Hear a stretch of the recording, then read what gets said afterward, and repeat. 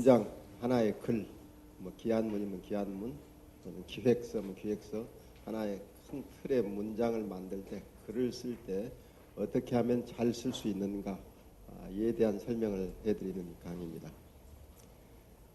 첫째, 문장 구성이라고 되어 있는 부분을 한번 보시기 바랍니다. 문장 구성, 단위 문장, 센텐스를 구성하는 게 아니고 하나의 텍스트를 만든다는 그런 의미의 문장입니다. 저기 문장 구성을 하는 데는 5가지 우리가 좀 머릿속에 넣어야 될, 유념해야 될 부분이 있다는 겁니다. 그래서 이 부분은 오늘 여기서 다 전체를 설명드리기에는 시간이 부족합니다. 한 2시간 얘기를 드려야 될 텐데 오늘은 이제 맛만 보시고 이런 게 중요하겠구나, 또 이렇게 생각하면 도움이 되겠구나라는 것만 이해해 주시면 그걸로서 충분할 것 같습니다. 문장 구성을 시작하기 전에 여러분들이 꼭 생각해 두셔야 될 것은 주제가 무엇인가, 이 부분에 대해서 상당한 고민을 해야 됩니다.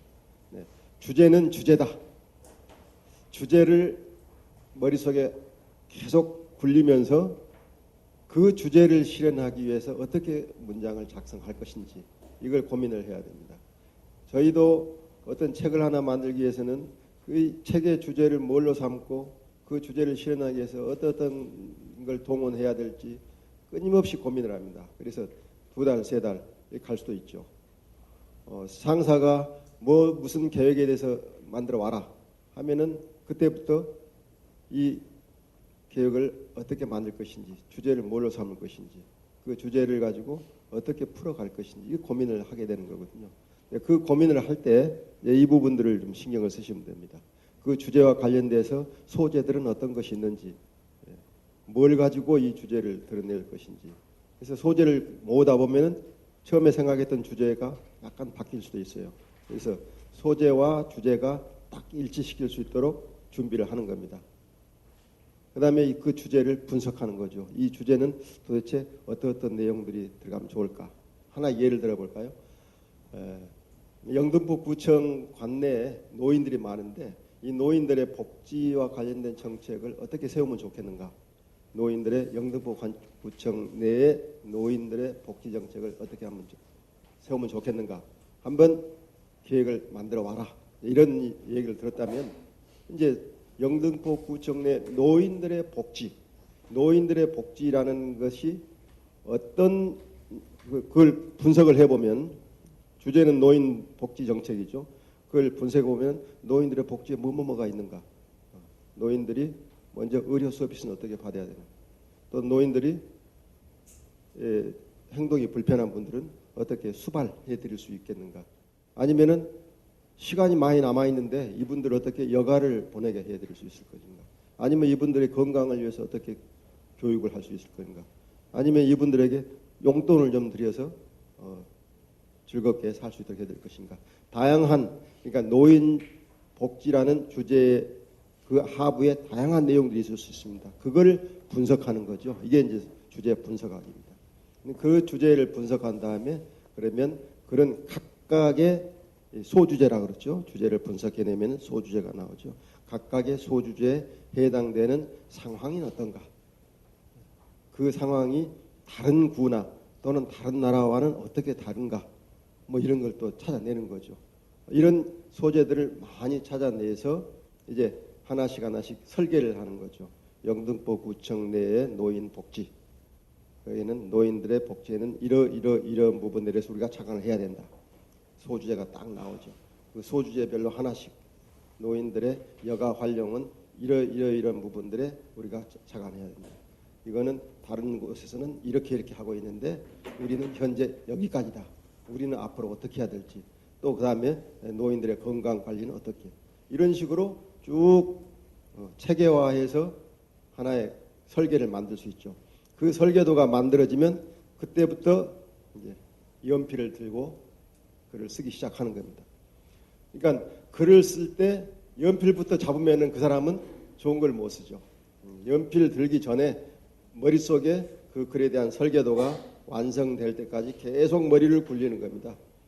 중요한 것만 몇 개 메모하고 보면서 이 글 전체에 틀을 만들어내고 그래서 그게 만들어지면 그때 글을 쓰기 시작하는 거죠. 이게 주제와 관련해서 글을 쓰기 시작하는 겁니다. 그 글에 주제와 관련이 없는 것이 나오면은 그 글은 실패한 글이 되는 거죠. 그래서 글을 쓸 때는 주제에 대해서 반드시 주제를 드러내는데 총력을 집중해야 됩니다. 주제를 드러내는데 총력을 집중한다. 그래서 우리가 평소에 주제라는 관념에 대해서 확실하게 가지고 있지 않다면 주제를 드러내는데 상당히 어려움을 겪을 거예요. 평소에 여러분들이 주제 의식이 있어야 돼요. 주제화하는 노력, 주제에 대한 의식, 이걸 여러분들이 가지고 계시면 되죠. 오늘 이 강의를 통해서 여러분들이 우리는 주제, 자나깨나 주제다라는 그 주제 의식만 가지고 계시면은 오늘 강의를 들으신 거 아주 100% 효과가 있는 겁니다.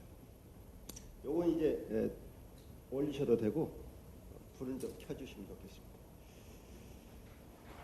제가 예를 하나 들어드리는데 오해하지 말고 예를 그냥 예로서 듣는 거니까 드리는 거니까 그냥 들어보시기 바랍니다. 지난 런던 올림픽 대회 때 한일 축구 한일전이 열렸죠.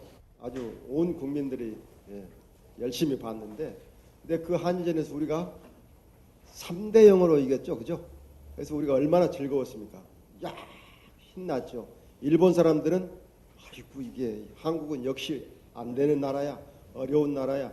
그리고 일본 사람들이 코 꿰고 이렇게 있었는데 그래서 우리는 그 승리를 만끽하려는 그 순간에 무슨 일이 나느냐. 우리 박종우 선수가 독도 세리머니를 했어요. 그렇죠? 그래서 모든 언론들이 어떻게 됐죠? 독도 세리머니로 전부 옮겨가고 일본에서도 그걸 가지고 이슈화하고 그러니까 결국은 축구에서 이긴 그 즐거움이 순간 독도와 관련된 정치적인 논제로 바뀌어버렸단 말이죠. 이게 바로 주제화와 관련된 겁니다. 박종우 선수는 그 자리에서 그 시점에서 그것을 들지 말았어야 된다 이거죠. 그걸 들고 안 들고는 애국심과 아무 상관이 없어요. 박정우 선수가 그거 안 들었다고 애국심 없겠어요? 아무 상관이 없어요. 그곳은 올림픽 경기, 또 축구장, 그리고 승부를 겨루는 경기. 우리가 승리했다. 그걸 즐기면 되는 거죠. 그래서 그러면 우리 국민들도 모두 그걸 즐기고 한 일주일 이상은 축구로 얘기하면서 이렇게 아주 여러분 식당에 가서 밥 먹으면서도 야 누구 잘했다 이 얘기를 하고 즐겁게 얘기를 했을 텐데 그 즐거움을 이 독도 세리머니가 줄인 거죠. 그러니까 거기서는 애국심을 그렇게 발휘하면 안 되고 축구 경기로 발휘하는 거죠. 주제는 축구 경기로 열심히 기술을 발휘해서 이겨서 국민들이 즐겁게 해주는 것. 이게 주제화예요. 그 주제화와 관련이 없는 거는 하지 말라는 거예요. 할 필요가 없는 거예요. 그래서 이런 부분에서 우리가 평소에 주제화와 관련된 몸에 밴 의식이 있다면은 굳이 올림픽 때 축구 경기 끝나가지고 그걸 들 이유는 없죠. 정치적인 어떤 이벤트가 있을 때라면 그걸 들을 수가 있겠지만 축구장에서는 그걸 들 필요가 없는 거죠. 그런 생각을 우리가 아마 했을 거예요. 그리고 박종우 선수도 이거 보고 이건 여기서 드는 거 아니야 하고 던졌을 텐데 우리는 그런 게 없이 아무 때나 좋은 것은 좋은 거다 해가지고 그냥 들고 그러면 또 그거 보고 야 그래 맞아 하고 또 우리 국민들은 또 같이 덩달아 이래 해가지고 괜히 사실 이익 별로 본 게 없어요. 그거 해가지고 우리 박종우 선수 며칠 후에 그 징계 위원회 열거 한다는데 그게 뭡니까 그게 기분 나쁘게. 그래서 이런 부분은 우리가 평소에 주제와 관련된 의식을 상당히 가지고 생활을 해야 된다는 것을 보여주는 거라고 저는 생각합니다. 그래서 문서를 만들 때도 주제화, 생활을 할 때도 주제화, 우리가 평소에 대화할 때도 주제화, 주제와 관련된 얘기를 같이 해놔야지 이 사람들 한참 이런 얘기하고 있는데 엉뚱한 얘기하면은 이상하죠, 그렇죠? 그래서 주제와 관련해서 항상 우리 마음이 우리 생각이 주제 쪽에 집중되어 있어야 된다는 얘기죠. 자, 그와 관련해서 우리가 여러분들이 직접 작성하신 문서를 가지고 실제 이 문서를 우리가 어떻게 하면은 좀 더 나은 문서로 바꿀 수 있겠는가? 물론 주민들한테 더 도움이 되는 문서, 그리고 문장으로서도 완성도가 높은 문장, 이렇게 바꿀 수 있겠는가? 이걸 한번 공부를 해 보겠습니다. 여러분들 지금부터는 유인물을 보시면 됩니다. 그 유인물 보시면 첫 번째 나오는 게 여러분들이 작성하신 그 문서이죠. 그 문서는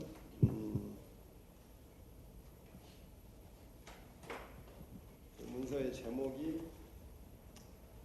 저소득층 드림 코칭 장학생 선발이라는 겁니다. 제목이 좀 어렵죠? 앞에서 우리가 얘기를 했듯이 제목이 이렇게 어려우면 좀 주민들이 이해하기가 좀 쉽지 않겠죠. 제목은 사실 그 문장의 얼굴이죠. 우리가 사람을 볼 때 첫 인상이 중요한데 첫 인상 딱 보고 저 사람 호감이 간다 뭐 이런 아무 이유 없이 그냥 보고 호감이 가느냐 안 가느냐 이런 판단을 하게 되는데 글도 마찬가지입니다. 딱 이름 제목 보고 이거 뭐구나 이해할 수 있으면은 이게 잘된 문서이고 그렇지 않으면은 제목을 좀 잘못 만드는 것이라고 볼 수가 있죠. 이 보도 자료를 가지고 신문들이 보도를 한 게 바로 뒷장 나옵니다.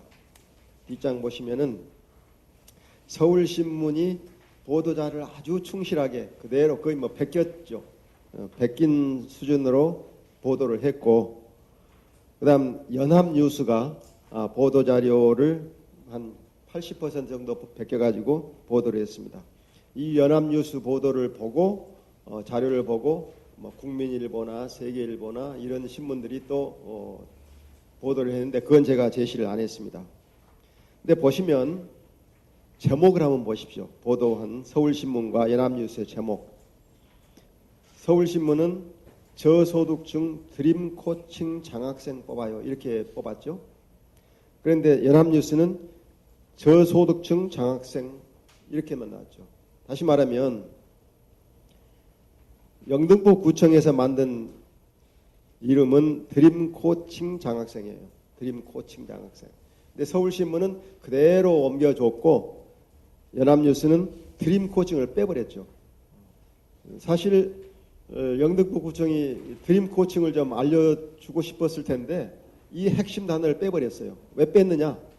이건 넣어봐야 영양가가 없다는 거죠. 이 독자들이 이걸 이해할 사람들이 별로 없을 것 같다. 오히려 기사를 이해하는데 도움이 안 될 것 같다니까 빼버린 거죠. 근데 그 이후 다른 신문을 전부 다 뺐어요. 드림 코칭이라는 말 다 뺐어요.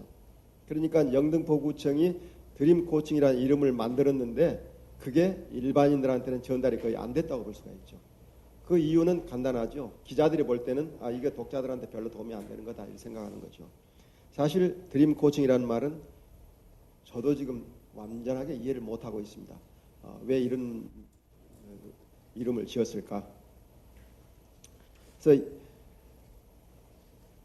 이 보도자료를 보니까 특히 서울신문은 그대로 베꼈는데 딱 한 가지 다르게 보도한 게 있어요. 그 가운데 제가 까맣게 좀 두드러지게 해놨는데 자원을 희망한 학생이나 학부모는 23일까지 학생기록부 사본 뭐 이런 걸 제출하라고 돼 있죠. 23일까지. 그런데 보도자료는 16일까지예요. 그러니까 아마 이건 뭔가 문제가 있었을 거예요. 기자가 담당자한테 구청으로 전화해가지고 오늘 12일인데 16일까지면 너무 급하지 않습니까? 물어보니까 혹시 이쪽 담당자가 그 급하니까 일주일 늦추기로 했습니다. 뭐 이렇게 얘기를 했는지는 모르겠는데 어쨌든 그대로 베낀 그 보도 그 신문이 23일로 바꾼 거는 조금 이상하죠. 그죠? 그래서 이런 점을 본다면 보도 자료가 조금 뭔가 부실했거나 아니면 문제가 있었다는 걸 알 수가 있는 거죠. 그래서 그 부분을 한번 검토해 보겠습니다. 자, 3쪽 보시면은 일반 사항과 관련된 문제점을 제시합니다. 첫 번째 이름과 관련해서 문제를 한번 살펴보고요. 둘째는 내용 설명과 관련해서 한번 살펴보고요. 세 번째는 신청 자격 설명, 다음 신청 기한 및 방법, 다음 선발 방법 이런 얘기를 간단하게 말씀드리겠습니다. 첫 번째 이름과 관련해서는 사실 장학생이라는 말을 썼는데 장학생이라는 건 여러분들이 무슨 말인지 아시죠? 장학생. 장학생이라는 건 뭐죠? 장학생. 장학금을 받는 사람이 장학생이에요. 원래 장학생이라는 건 장학이라는 건 공부를 장려하는 거니까 공부를 장려하는 학생금 이상하죠. 장학금 하는 게 가장 정확한 낱말입니다. 근데 그 장학금을 받는 사람을 줄여서 그냥 장학생이라고 합니다. 그래서 우리는 장학생 그러면은 학교 다니는 학생 중에서 장학금을 받고 학교 다니는 사람, 이게 이제 장학생이죠. 그러니까 장학생이라는 개념을 우리가 통상 알고 있는 그 개념으로 생각한다면은 저소득층 드림 코칭 장학생이라 하면은 뭐 어떻게 하는지 모르겠는데 이 학생들한테 장학금을 주겠구나라고 이해를 하는 거죠. 근데 실제 여기 보면은 사실은 장학금 주는 게 아니고 학원 수강을 할 수 있는 뭐 자격이랄까요? 그거 하나 주는 거죠. 장학금 주는 거 없어요. 물론 이거를 구청이 장학생한테 수강료를 주고 학생이 그 돈으로 수강을 하게 하면은 이 말이 가능한데, 그러니까 실제 보면은 구청은 돈 내는 게 없어요.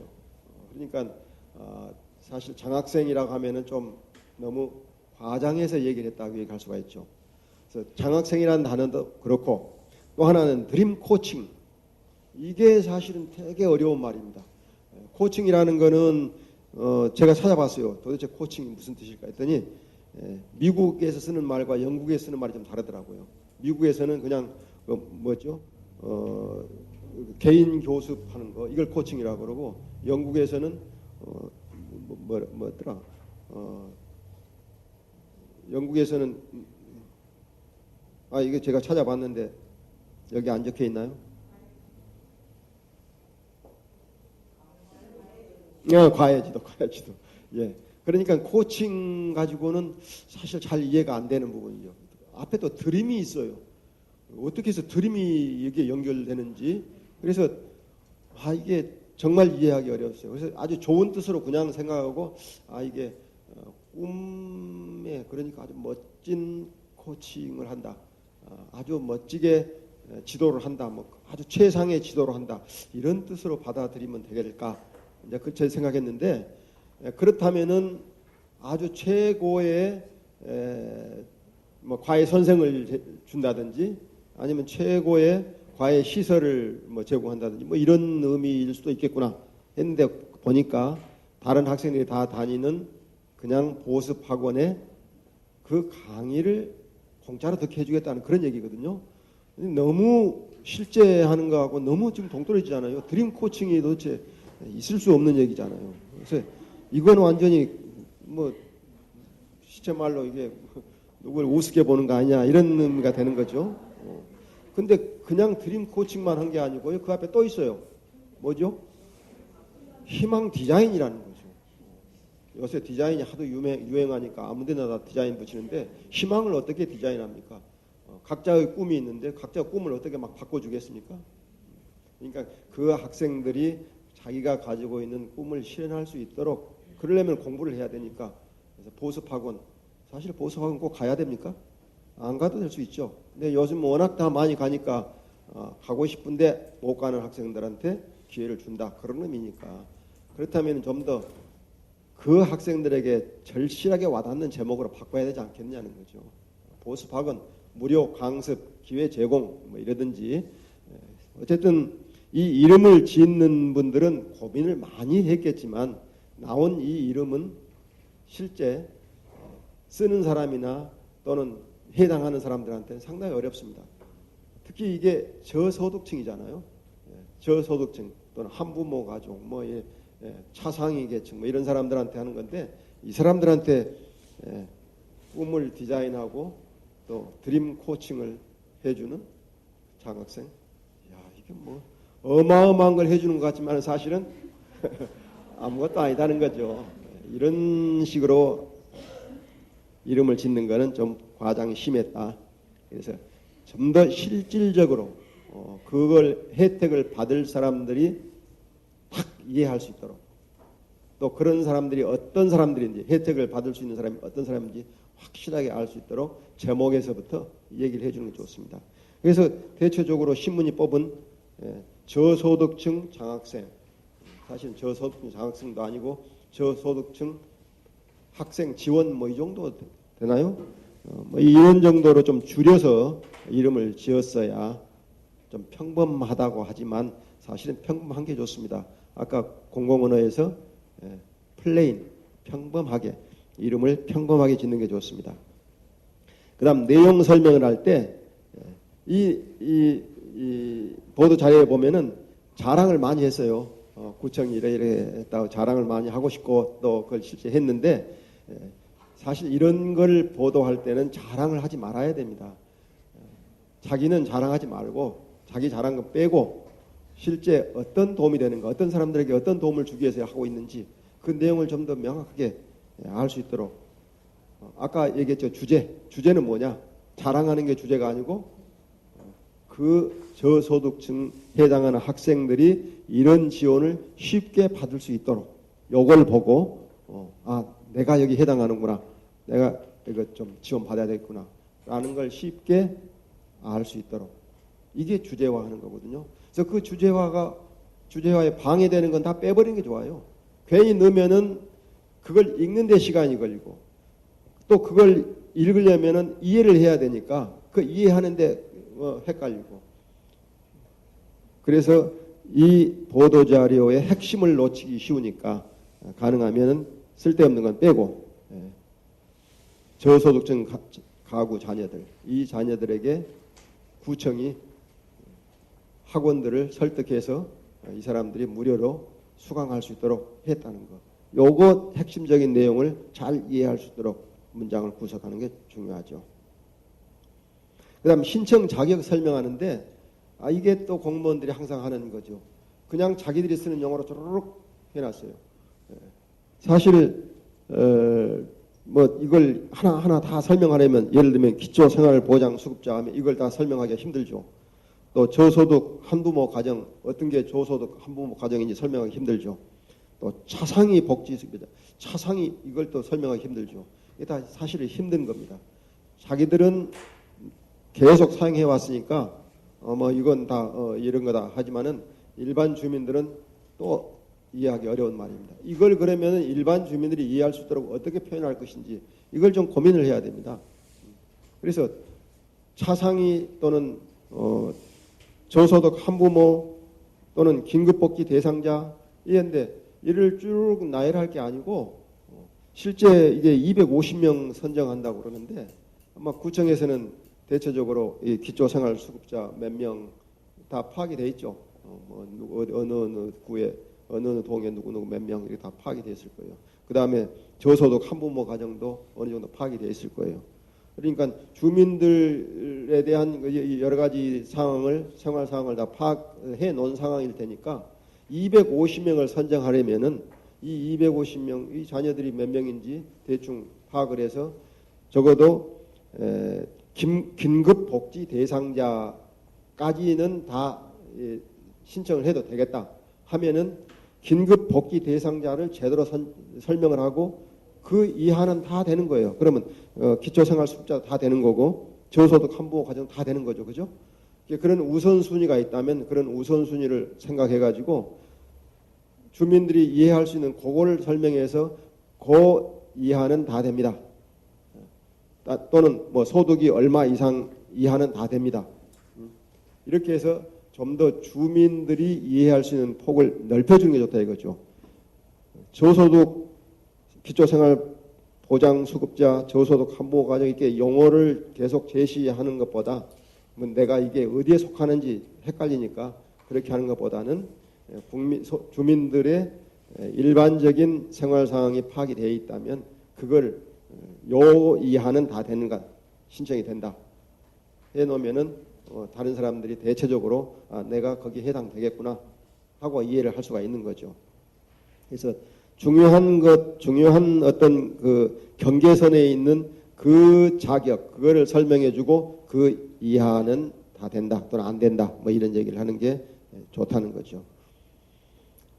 그다음에 신청 기한 및 방법. 사실 이 부분이 제일 중요하잖아요. 내가 해당되는데 가서 보니까는 벌써 끝났습니다 하면은 헛일이죠. 근데 이 언론 보도 보면은 신청 기한이 한참 가가지고 어디 중간쯤에 잠깐 나옵니다. 지원을 희망하는 학생이나 하면서 이게 서술형으로 쭉 나옵니다. 근데 이렇게 해서는 처음부터까지 다 읽어야 결국 언제 기한이 설정되는지 알아내는 거죠. 이건 사실 공무원들이 좀 불성실한 그런 모습을 보이는 거죠. 이건 정말 중요한 게 뭔가. 그래서 신청 기한은 언제다. 그럼 그게 제일 앞으로 나와야 되는 거죠. 그래서 신청 기한이 언제까지다. 이 부분도 제가 볼 때는 12일 날 보도 자료를 내셨는데 아마 신문에는 12일 날 아니면 13일 날 나왔을 거예요. 그걸 보고 16일 날 신청한다는 것. 뭐 이게 사실 거의 뭐 쉽지가 않죠. 그래서 이런 점은 너무 이미 결정해 놓고 혹시 보도 자료를 뿌린 게 아닌가 뭐 이런 생각도 할 수 있는 거고요. 그래서 이런 부분에 대해서는 좀 더 세심하게 하시면 좋겠고 또 하나는 직접 방문하라고 그랬어요. 증명 서류를 구비해 해당 동주민센터를 방문 신청하면 됩니다 했는데 물론 그래 하면 되겠죠. 그러나 좀 더 편하게 방문 안 해도 신청할 수 있도록 요새처럼 복잡할 때 방문하게 하는 것은 사실은 좀 좋지 않죠. 중앙정부의 모든 세무 처리도 다 방문 안 하고 집에서 인터넷 착착착착 하는 세월인데 이거 하나 신청하라고 방문하게 하는 것은 주민들의 편의를 위해서라면은 그건 좀 하책이라고 볼 수 있죠. 그래서 주민들이 오지 않고도 할 수 있는 방안을 제시해 놓고 가까운 사람은 와도 좋고 오기 싫으면은 그냥 전화로 할 수 있고 또는 인터넷으로 할 수 있고 이렇게 할 수 있도록 해주는 게 옳지 않은가. 그래서 가장 이 보도 자료에서 정말 중요한 거는 놓쳐서는 안 되는 건 뭐냐 이겁니다. 먼저 이 보도 자료 또는 이 정책을 세우기 전에 영등포 관내에 이런 250명인데 이 대상자가 어느 정도 있을까 이걸 파악하는 거죠. 이제 파악할 수가 있는 거죠. 실제 영등포 구청에서 기초생활수급자 몇 명, 또 그 자녀는 얼마 있고, 그 다음에 저소득 한부모 가정은 몇 가정, 거기에 아이들은 학교 다니는 아이들은 몇 명, 또는 차상위 복지급여자 가정은 몇 명, 자녀는 몇 명. 이게 아마 파악하려면 금방 파악할 수 있을 거예요. 전화하면 되는 거니까. 아니면 찾아가서 물어보고요. 그래서 이게 숫자가 쫙 나오죠.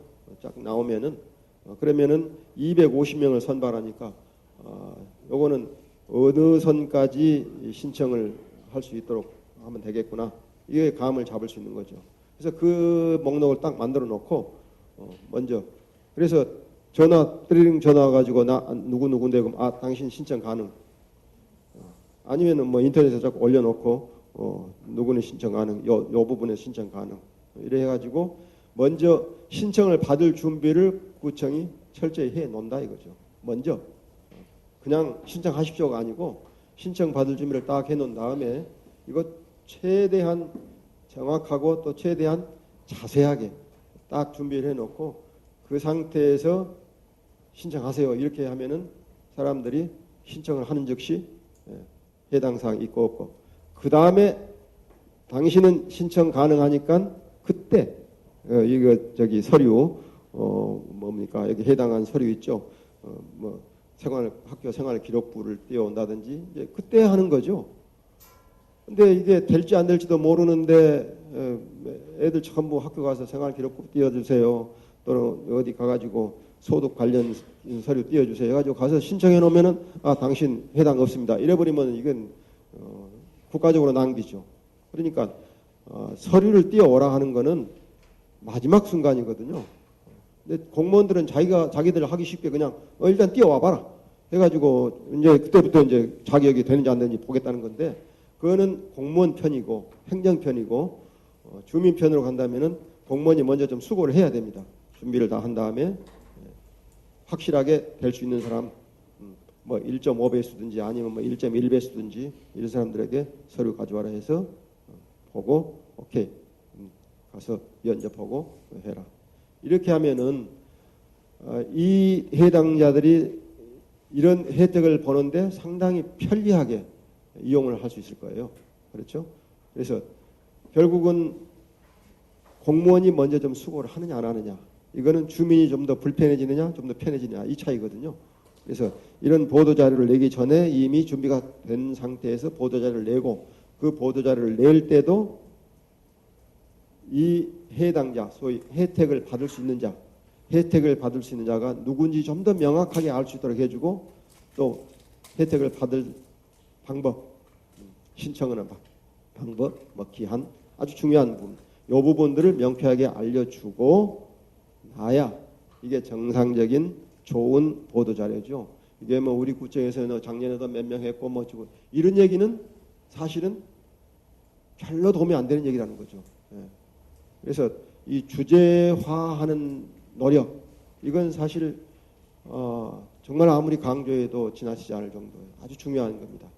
그래서 이런 보도자료를 만들 때 중요한 주제, 우리가 얘기해야 될 중요한 게 뭐냐,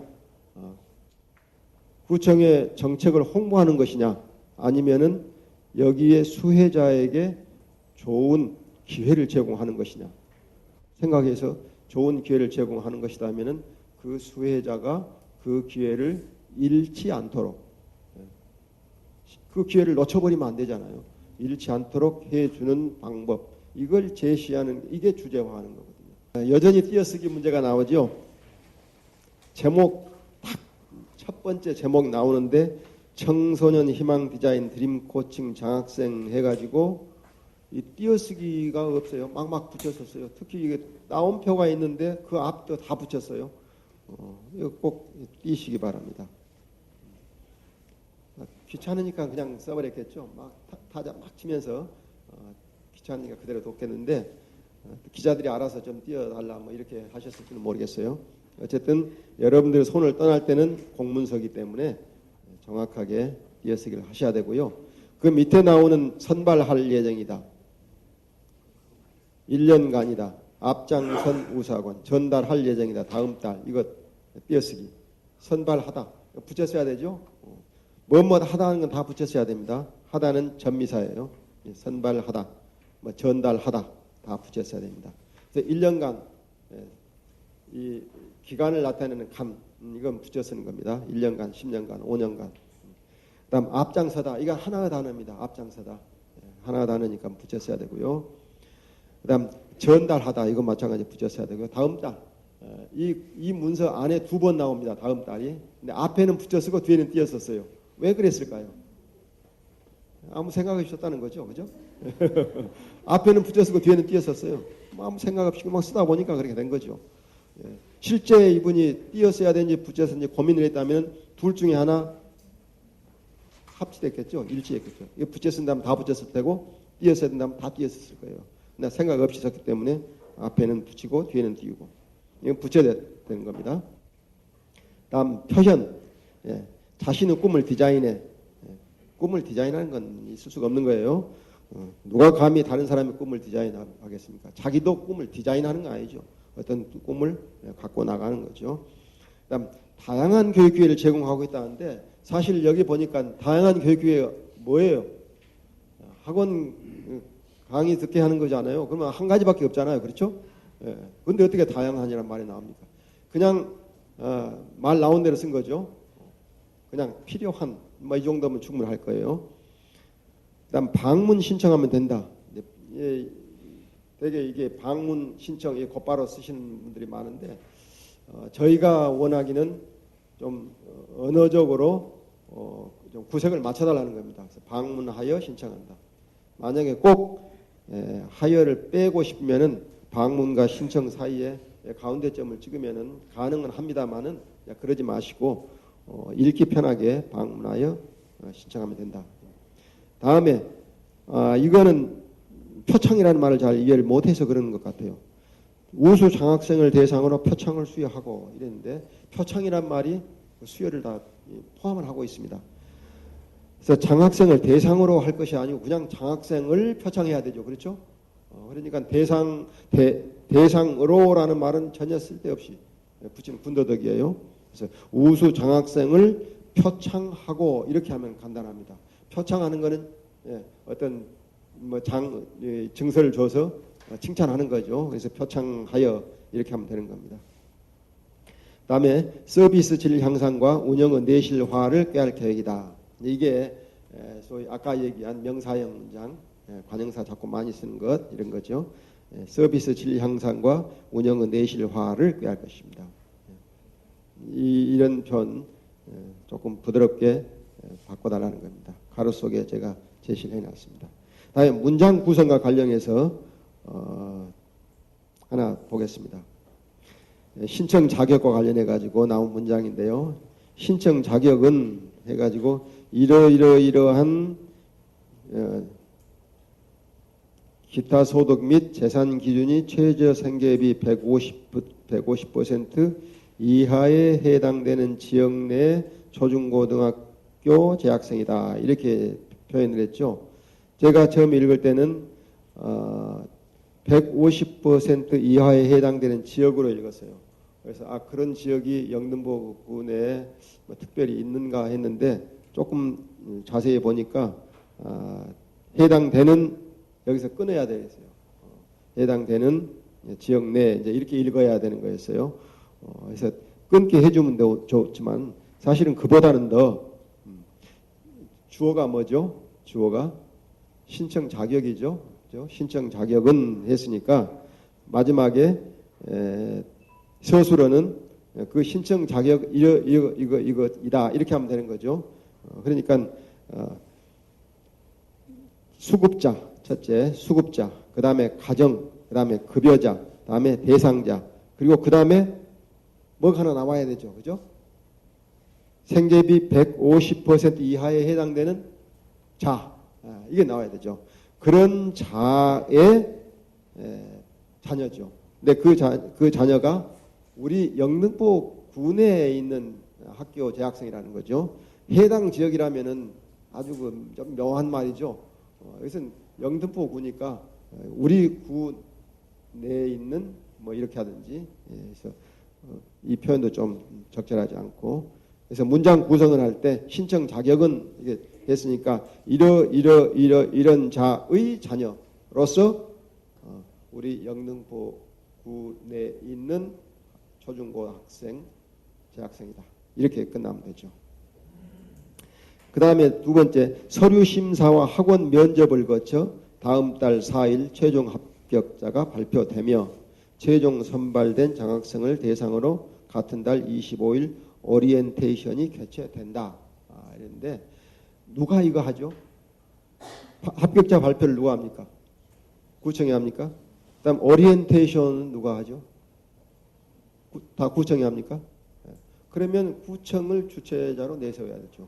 그래서 우리가 첫째 서류 심사하고 그다음에 면접은 학원이 한다는 거죠. 구청이 서류 심사를 하고 면접을 학원이 한 다음에 최종 합격자를 4일날 발표한다. 발표하며 이렇게 해야 되죠. 발표하며 그 다음에 오리엔테이션을 개최한다. 주어가 생략되어 있죠. 주어는 구청이라고, 이 구청이 이게 이제 보호도자를 낸 거니까 보호도자를 낸 주체자가 구청이니까 당연히 주어가 생략됐더라도 구청으로 이해하죠. 그러면 구청이 서류 심사를 하고 학원 면접을 거쳐 최종 합격자를 발표하며 오리엔테이션을 개최한다. 이렇게 문장 구성해야 되죠. 그래서 문장 구성에 불필요하게 피동 표현을 많이 쓴 것, 이거 지금 지적하는 겁니다. 다음에 보도 자료의 틀, 이거는 아까 우리가 문장 구성할 때 주제화 얘기를 했습니다만 시각적인 완성도가 좀 부족하다. 제일 앞에 나오는 거는 핵심 요약이죠. 보도 자료 맨 앞에 여기서는 그 붙임표 해가지고 두 줄로 영등포구 청소년 희망 디자인 드림 코칭 장학생 250명 선발 하나 하고, 두 번째는 학원 53곳 교육기부, 저소득 가구 자녀의 학원비, 교재 지원 이 두 가지가 중요한 핵심을 뽑았죠. 근데 여기 핵심에는 또 기한, 언제까지 기한 이것까지 집어넣었으면은 더 좀 완성도가 좀 높았을 거고. 그다음에 지금 이 보도자가 쭉 이렇게 이게 하나의 무슨 문서를 작성하듯이 쭉 설명문을 했는데 미국의 플레인 잉글시 캠페인 아까 플레인 라이팅 액트에도 그런 말이 나옵니다만은 필요한 거는 이렇게 문장으로 막 서술하지 말고 이게 도표화 하라는 거죠. 그러니까 눈을 쭉 봤을 때 이게 뭘 얘기하는 거구나. 그러니까 신청 자격 이것, 그다음 신청 기한 이것, 신청 방법 이것 이런 식으로 쉽게 쫙 알 수 있도록. 그러니까 문장을 다 읽으려면 시간이 걸리니까 그걸 도표로 시각적으로 좀 드러낼 수 있도록 하라. 뭐 그런 얘기가 나오는데요. 이 보도 자료에도 사실은 그런 부분이 좀 있어야 된다고 생각해요. 그래서 그걸 집어넣으면은 일단 눈으로 보고 읽지 않아도 눈으로 보고 중요한 내용들이 다 드러날 수 있도록 될 겁니다. 근데 여기서 핵심 내용 요약하는 걸 앞부분에서 맨 머리에서 제대로 제시를 하고, 다음 세 번째 보도 내용을 조금 명확하게 구획 쭉 있으죠. 여기서는 한 칸씩 이렇게 한 줄씩 띄었는데 그 띈 것으로는 좀 부족하고 이걸 딱딱 구별하고 지금 제가 몇 가지로 구별해 낸 거 있는데요. 그런 식으로 구별해 내면 좋지 않았겠는가 이런 생각을 합니다. 그리고 마지막에 구청장 얘기를 했는데 사실 이게 문제를 제기하면 제기할 수 있는 부분입니다. 이게 보도 자료이기 때문에 보도 자료는 구청장 이름으로 나가는 거죠, 그죠? 근데 자기가 기껏 보도했으면서 말했으면서 또 밑에 또 같은 얘기를 또 하거든요. 그러니까 신문 기자들은 이게 필요해요. 요 소위 그 멘트를 하나 따야 되니까. 그래서 아마 신문 기자들이 이렇게 써달라고 요청을 했을 거예요. 근데 사실은 신문 기자들은 이건 자기들이 만들어야 되거든요. 구청에서 만들어주는 게 아니고 신문 기자들이 만들어야 되는 건데 기자들이 자기들 편하려고 구청한테 자꾸 홍보 보도자료 요청할 때 이렇게 해달라고 그러죠. 근데 그거는 기자들이 잘못하는 거예요. 기자들한테서 가끔 여러분들 교육 받으시죠. 기자들 교육 받으면 이런 얘기 한다고요. 근데 그건 보도 자료를 만들 때는 구청이 기자들한테 보내는 거거든요. 그러면 기자는 그걸 보고 자기가 판단하고 모르면 물어서 자기 말로 기사를 작성해야 되는 건데 요즘 기자들은 또 그런 능력이 많이 떨어져서 보내주는 대로 적는 그런 습성 때문에 마지막에 다시 구청장이 이런 얘기를 했다는데 이거는 자기가 이제까지 보도 자료 써가지고 다 얘기했으면 다시 또 무슨 얘기를 자기가 합니까? 사실은 보도 자료의 체계상으로는 맞지 않은 겁니다. 근데 이건 편의상 그렇게 하는 걸로 알고 여기서는 더 지적을 안 하겠습니다. 자, 그래서 이 보도 자료는 저희들이 봤을 때 저희가 보도 자료 평가를 할 때 국어적인 평가를 한다면은 아마 한 7, 80점 정도 줄 수 있을 거예요. 서울시 여기 국립국어원에서 보도 자료를 매년 평가를 하거든요. 영등포청 몇 등 났죠? 이번에? 안 나왔어요. 보도자료 계속 평가를 합니다. 점수를 매긴다면 그 정도 나올 거예요. 그러나 틀과 관련해서 본다면 아주 떨어지는 이렇게 보도자료를 작성하면 안 된다는 아마 뭐 예시로 사용될 수 있는 보도자료일 수도 있어요. 뭐 제목 적는다든지 이런 제목을 쓴다든지 또는 내용을 이렇게 구성하는 거. 그래서 이런 부분들이 문제가 있다는 거. 그래서 마무리를 하겠습니다. 오늘 제가 여러 가지 말씀을 드렸는데요. 공공언어로서의 여러분들 행정 언어 사용하는 방법 또는 해야 되는 조건 뭐 이런 말씀드렸고 구체적으로 몇 가지 잘못된 걸 지적해서 설명을 드렸습니다. 그런 소위 그 초보 국어 관련해서는 여러분들이 꼭 공부를 하시기 바랍니다. 그래서 그건 틀리지 마시기 바랍니다. 그다음에 방금 말씀드린 정말 보도 자료를 잘 만든다든지 또는 설명문 또는 홍보문 이런 것을 잘 문장 구성을 잘 하는 방법은 주제화에 초점을 맞추십시오. 주제화라는 것, 주제를 드러낸다는 것 대단히 중요한 것이고 그걸 잘 드러내면은 승진하고 잘 못 들으면 승진 못합니다. 옛날 박정희 정권 시대에 브리핑 잘하면 장관까지 한 사람이 있어요. 그건 뭐냐면은 듣는 사람이 속 시원하게 설명을 해준다는 거죠. 무슨 계획이냐, 어떻게 할 것이냐, 그걸 속 시원하게 얘기해 주니까 브리핑 장관이 탄생했는 건데요. 사실은 이게 언제나 그게 가능한 겁니다. 문서를 정말 핵심을 잘 짚어서 필요한 정보를 제대로 제공하면서 주제화가 잘 되면은 다 사람들이 시원하거든요. 그걸 보면은. 그러면 승진하기 쉽죠.